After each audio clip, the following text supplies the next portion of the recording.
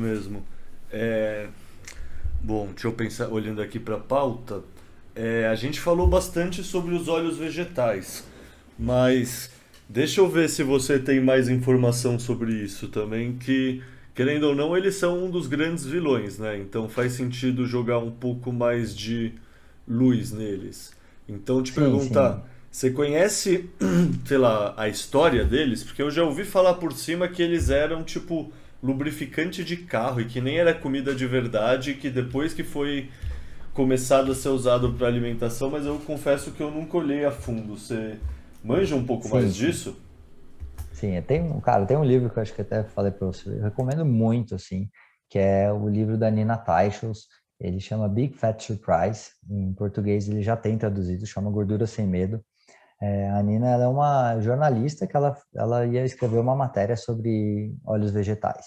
E aí ela começou a pesquisar, e aí foi se aprofundando e começou a ver toda a história que tinha, né, da influência da indústria, dos trabalhos, cara, mudou, assim, a visão dela, né, e ela escreveu um livro que é fantástico.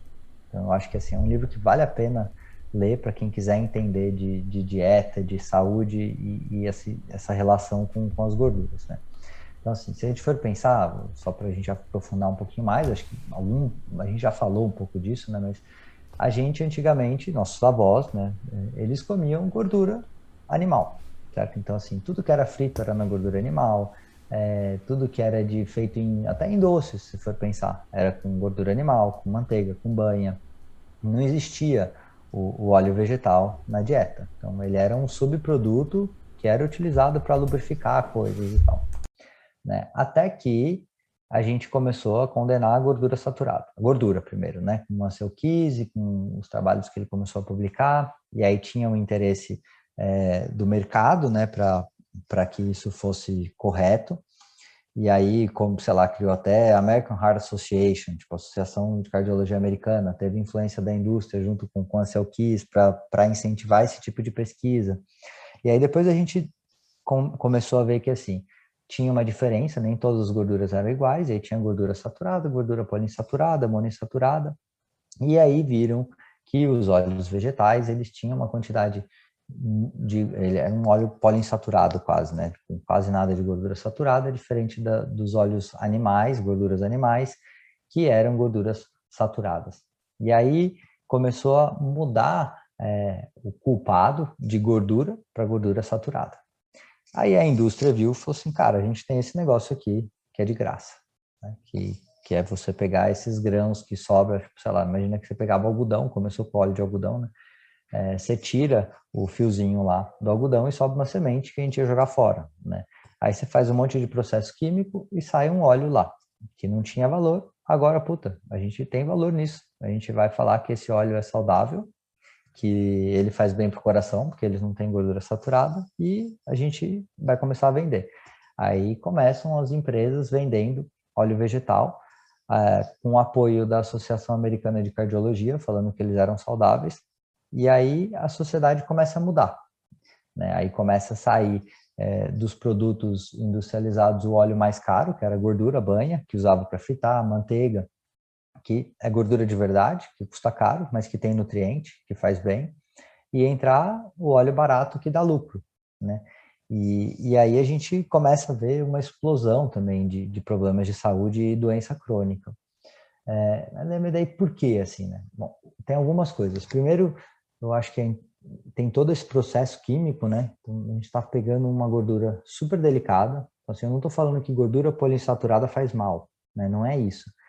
Mas, assim, talvez se você ficasse comendo o óleo vegetal na forma do grão, ele não faça tão mal assim, né? Então, comer milho, comer soja, não estou falando que comer soja faz bem, né? Mas o que eu quero dizer é que, assim, a parte da gordura poliinsaturada que tem nos grãos, ela não vai ser tão ruim na forma do grão, na comida de verdade. Só que aí quando você extrai e você coloca isso em quase todas as comidas, então, se a gente for pensar, numa pessoa, num caçador-coletor, talvez os óleos poliinsaturados, ômega 6 principalmente, né, ácido linoleico, ele deveria ser em torno de uns 2% das calorias que o cara comeria no dia. né? Então, assim, se você está comendo bicho, vai ter um pouquinho de ômega 6.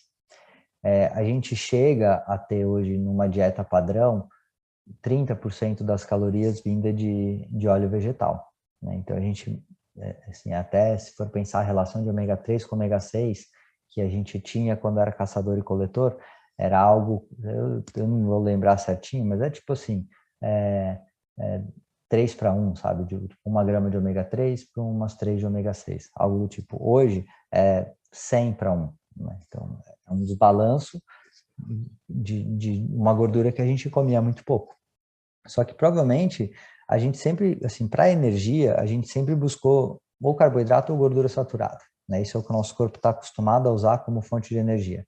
E não, os óleos, gorduras poliinsaturadas, elas servem muito mais como um sinalizador. Então, elas vão ter algum sinal no corpo, elas vão entrar na membrana das células. Então, assim, a gente usa o ômega 3 na membrana da nossa célula, não para queimar como energia, né? E aí, quando você começa a comer ômega 6, isso tem um monte de repercussão de sinais metabólicos, né? Então, a gente tem, assim, um monte de descrição do mecanismo como gordura poliinsaturada e óleo vegetal pode fazer resistência à insulina, como isso aumenta o estresse oxidativo na célula, como isso sinaliza para você aumentar o apetite, como isso gera mais inflamação intestinal.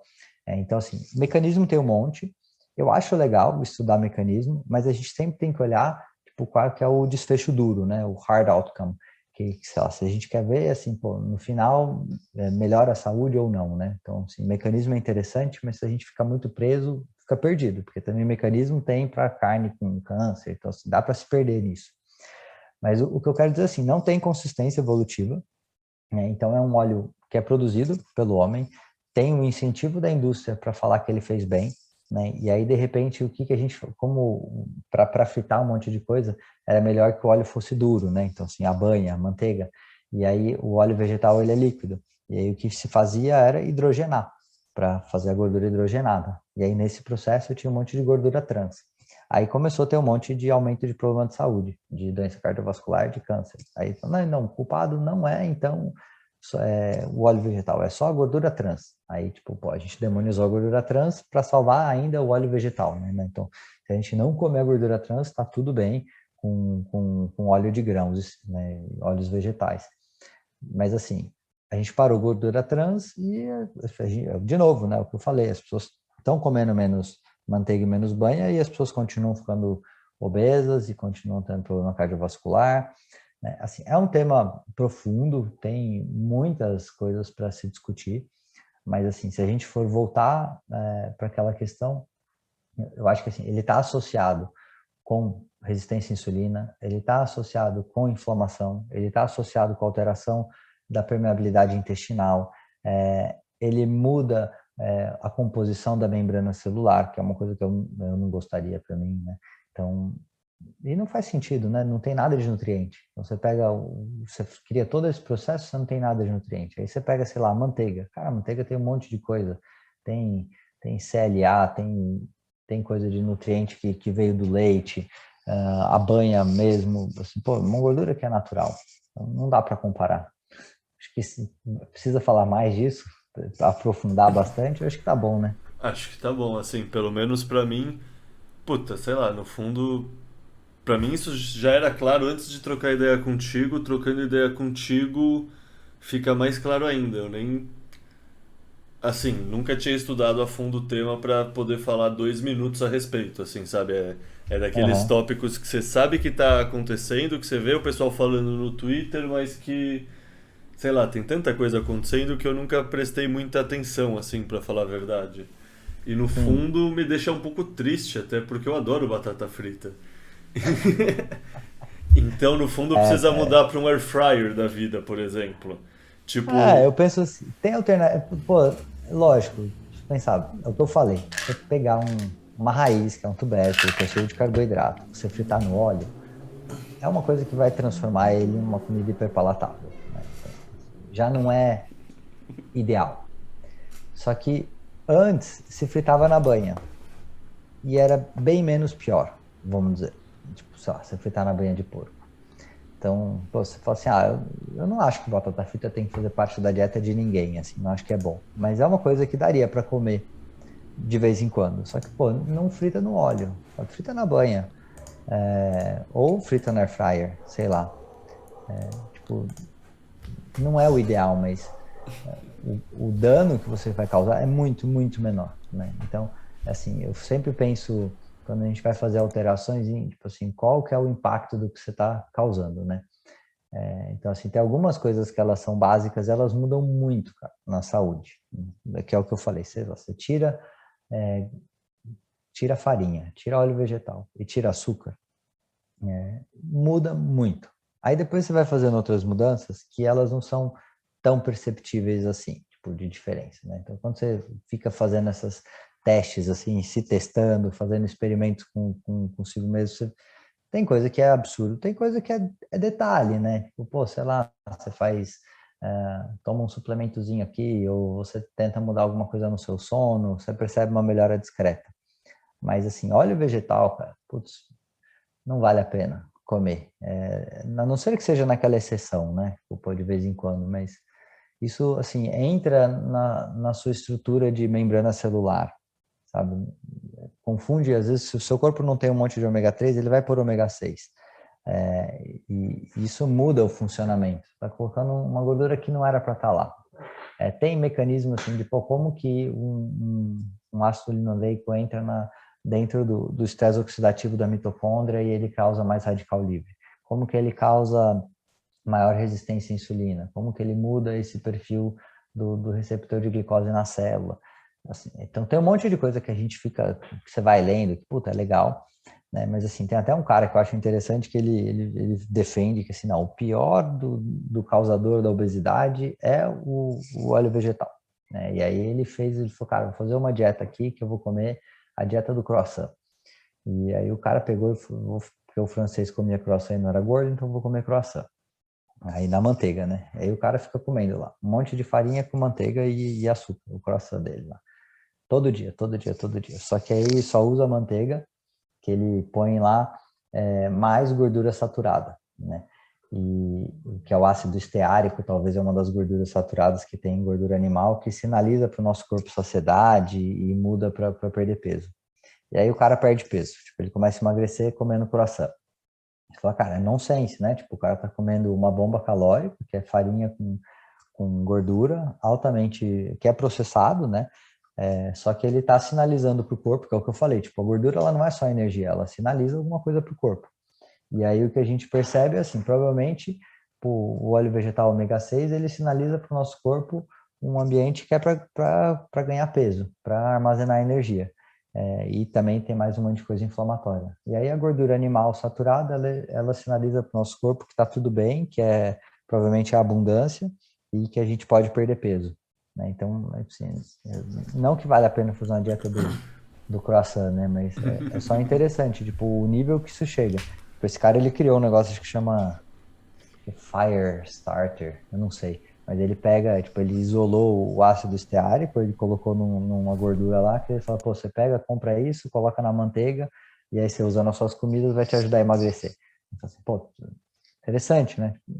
De novo, não acho que é esse o caminho, né? Eu acho que é muito mais de ter um estilo de vida saudável, mas você vê que você consegue sinalizar para o seu corpo com uma molécula tipo com gordura, qual tipo de gordura que você está dando, a resposta metabólica que ele vai ter. Então, assim, você quer engordar? Então come um monte de ômega 6. Você quer ter inflamação. Você quer emagrecer? Então come um monte de ácido esteárico, que é gordura saturada. Assim, você quer comer isso em comida? Come carne, com gordura natural. E lógico, aí tem uma diferença que assim, quando eu falo disso, carne de ruminante, né? Porque se a gente for ver bicho que não é ruminante, então porco, galinha, eles são criados com grãos.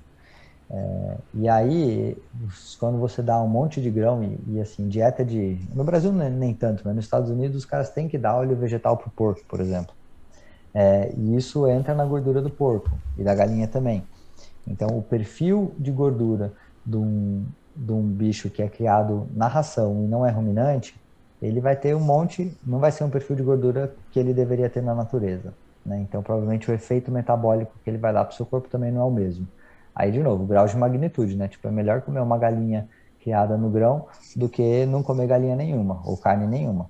Mas, assim, se você puder escolher, vai para uma galinha que comeu comida de verdade, ficou ciscando, comendo insetinho na terra, ou para um bicho que é ruminante, que comeu pasto. É porque esse bicho ruminante, no rumen lá as bactérias ficam fermentando tudo aquilo, e elas conseguem quebrar essas gorduras poliinsaturadas, transformar em CLA e depois absorver e transformar em gordura saturada. Então, mesmo assim, uma vaca, mesmo ela comendo ração, o perfil de gordura dela ainda vai ser mais de gordura saturada e não vai ter uma quantidade tão grande de ômega 6. Né? Só um adendo aí. Não, perfeito, cara. Acho que. Cara, nem sabia que tinha tanto a ser falado do assunto óleos. Interessante. A gordura é um tema que, nossa, muita coisa interessante, é bem legal. É, não, assim, ainda tô falando aqui com o especialista em saúde do intestino, né? Querendo ou não. Porra, pessoa certa pra estar falando do